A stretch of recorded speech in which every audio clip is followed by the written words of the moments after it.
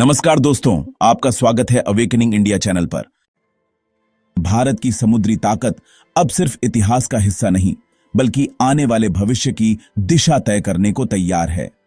Project 18 Indian navy का अगला super stealth destroyer एनिमियों के लिए एक सख्त चेतावनी और देशवासियों के लिए गर्व की नई मिसाल बनने जा रहा है। अब सिर्फ एक युद्धपोत नहीं, बल्कि दुश्मन के मन में खौफ भरने वाला चलता फिरता तबाही का टावर बनने जा रहा है।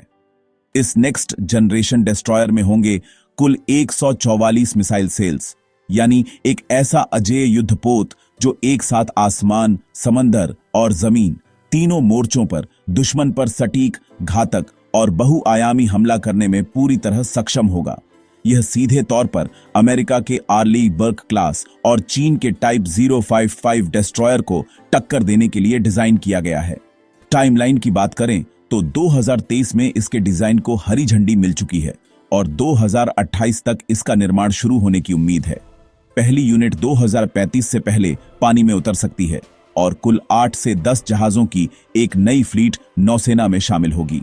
यह जहाज लगभग 10,000 से 13,000 टन वजनी होगा, स्टील्थ डिजाइन से लैस होगा, जिससे यह दुश्मन की नजरों से बचा रह सकेगा।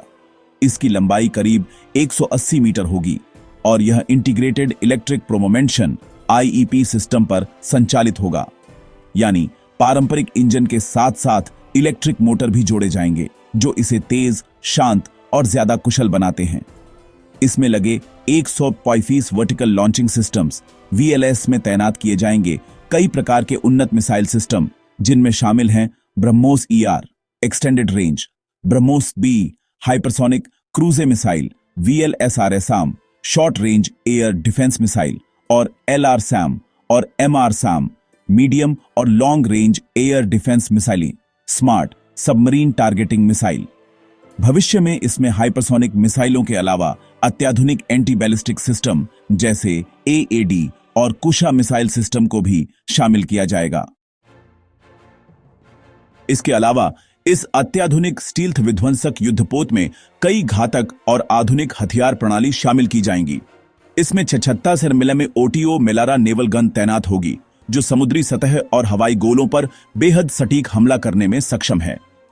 नजदीकी हवाई खतरों से निपटने के लिए इसमें 4 AK-630M CIWS close in weapon systems लगाए जाएंगे, जो दुश्मन की एंटी शिप मिसाइलों और फाइटर जेट्स को आसमान में ही ध्वस्त कर सकते हैं। इसके अलावा 2 remote weapon system RWS guns 12.73 मिमी भी लगाए जाएंगे, जो छोटे नौसैनिक खतरों और असम्मित हमलों से निपटने में मदद करेंगे। पनडुब्बी रोधी युद्ध के लिए इसमें एडवांस्ड टॉर्पीडो ट्यूब्स भी मौजूद रहेंगे, जो जल के भीतर छिपे खतरों को समाप्त करने में कारगर होंगे। इन सभी वेपन्सों की मौजूदगी इस विध्वंसक को एक बहुआयामी और पूर्ण रूप से घातक युद्धपोत बनाती है, जो जल, वायु और जल तल के नीचे तीनों मोर्चों पर दुश्मन को जवाब देने में सक्षम है। अब बात करते हैं इसकी निगरानी और बचाव तकनीकों की। इस पर होगा भारत का सबसे आधुनिक LRMFR AESA रेडार, जिसे DRDO और BEL ने मिलकर विकसित किया है। यह 500 प्लस किमी तक की दूरी पर दुश्मन के जहाजों और मिसाइलों को पहचान सकता है। और यही नहीं, इसमें तैनात किए जा सकते हैं 300 किलोवाट लेजर CIWS और रेलगन जैसी फ्यूचरिस्टिक हथियार प्रणालियां, जो दुश्मन के ड्रोन, जहाज या मिसाइल को पल भर में खाक कर सकती हैं। एरोनॉटिकल सपोर्ट की बात करें तो इस डिस्ट्रॉयर में 2 हेलीकॉप्टर या UAV UCAV भी रखे जा सकते हैं। साथ ही इसमें RHIBs और USVs जैसे मॉड्यूलर प्लेटफॉर्म भी संभव है।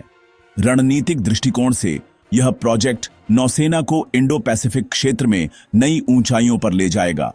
चीन की आक्रामक रणनीति और पाकिस्तान के युद्धाभ्यासों का जवाब देने के लिए यह एक मजबूत हथियार होगा। इसके आने से भारत को न सिर्फ डिफेंस पावर मिलेगी, बल्कि पूरे इंडो पैसिफिक में भारत का वर्चस्व और अधिक मजबूत होगा। सबसे अहम बात यह है कि यह युद्धपोत पूरी तरह भारतीय तकनीक पर आधारित होगा।